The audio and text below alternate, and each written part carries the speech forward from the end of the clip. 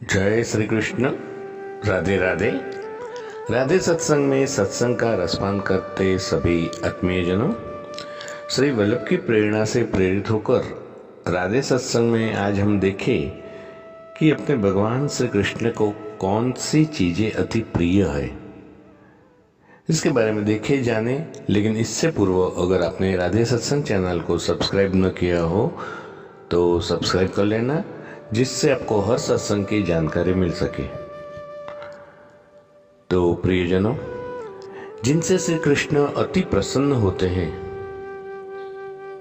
ये सभी इन्हें अपने बचपन से ही प्यारी है और इसी धारणा से आज भी भक्तों इन्हें यह चीजें प्रदान करते हैं। सबसे पहले अपने श्री कृष्ण भगवान को बांसुरी अति प्रिय है, दूसरी गाय और ग्वाल, तीसरे मोरपंख, चौथे कमल बीज की वैजंती माला और पांचवा माखन और मिश्री। इन चीजों के रहस्य ज्ञान से भक्तों को श्री कृष्ण का प्रेम और सीख भी प्रदान होती है।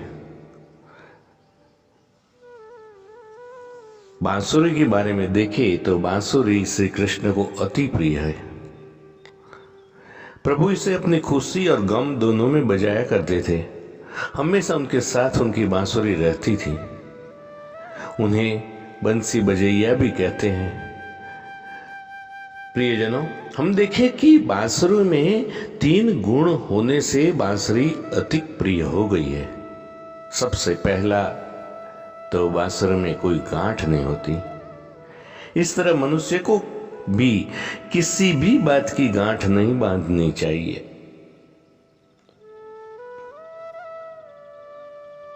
किसी भी बुराई को पकड़ के मत बैठो। बांसुरी से दूसरा गुण ये सीखो कि बांसुरी बिना बजाए कभी बजती नहीं है। तो इसलिए जब तक न बोला जाए, हम भी व्यर्थ में ना बोले। और तीसरा, बांसुरी का बहुत विशेष गुण है कि जब भी बांसुरी बजती है ना, वो मधुर ही बजती है, जिसका अर्थ ये हुआ कि जब भी आप बोले मीठा ही बोले। प्रियजनों, दूसरी सबसे अधिक प्रिय चीज है अपने कृष्ण भगवान को, और वो है गाय और ग्वाल। श्री कृष्ण को गऊ अति प्रिय है। दरअसल गौ को सब कार्यों में उदार तथा समस्त गुणों की खान है। गौमूत्र, गोबर, दूध, दही, घी, इन्हें पंचगव्य कहते हैं।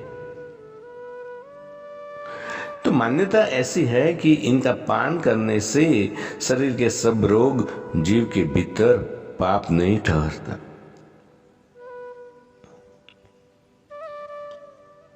तीसरा सबसे प्रिय है वो है मोर पंख।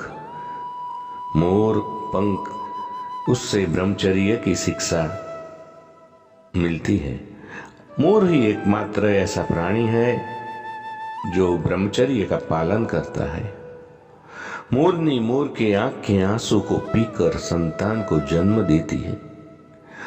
इसलिए इस सुंदर पक्षी के पंख श्री कृष्ण को बहुत पसंद है और हमेशा उन्हें अपने सिर पर मोर मुकुट के रूप में सजाते हैं। और चौथी चीज जो सबसे अधिक प्रिय है वो है कमल की वैजंती माला। कमल की तरह रहे पवित्र, कमल गंदगी में रहकर भी बहुत सुंदर और पवित्रता का प्रतीक है। इसकी खुशबू मन को मोह लेती है। यह हमें जीवन जीने का संदेश देता है कि आपके आसपास चाहे कितना भी अवगुणी लोग क्यों ना हो, चाहे तो आप गुणवान बन सकते हैं, आपको वो अवगुण छू भी नहीं सकते। कमल से बनी वैजंती माला श्री कृष्ण के गले में शोभित है। कमल के बीजों से बनी वैजंती माला जो चमकदार होती है, बीज सख्त होने के कारण टूटते नहीं है। ये माला हमें सीख देती है कि किसी भी अवस्था में टूटे नहीं, हमेशा चमकदार बने रहे। और इन बीजों की मंजिल है वो दरा। तो हमेशा अपनी जमीन से जुड़े रहे, तो कितने भी बड़े क्यों न हो जाए, पर अपनी पूर्व पहचान के नजदीक बने रहे। जो इस तरह रहते हैं, प्रभु उन्हें अपने गले लगाते हैं। प्रियजनों, सबसे अधिक और आखिरी पांचवी चीज जो प्रभु को प्रिय है वो है माखन मिश्री। माखन मिश्री से सीखे कि मिठास हमारे कान्हा को बहुत प्रिय है। मिश्री में सबसे बड़ा गुण यह है कि जब इसे माखन में मिलाया जाता है तो उसकी मिठास माखन के कण कण में धुल जाती है। ये हमें सीख देते हैं हमारा व्यवहार भी ऐसा ही होना चाहिए। हमारे आसपास हमारे व्यवहार की मिठास उसमें घुल मिल जाए, हमारे संपर्क में आकर आसपास भी मधुर गुण भर जाए। तो प्रियजनों, इसके साथ ही आज के सत्संग को श्री वल्लभ के चरणों में समर्पित करके अत्रे विराम ले।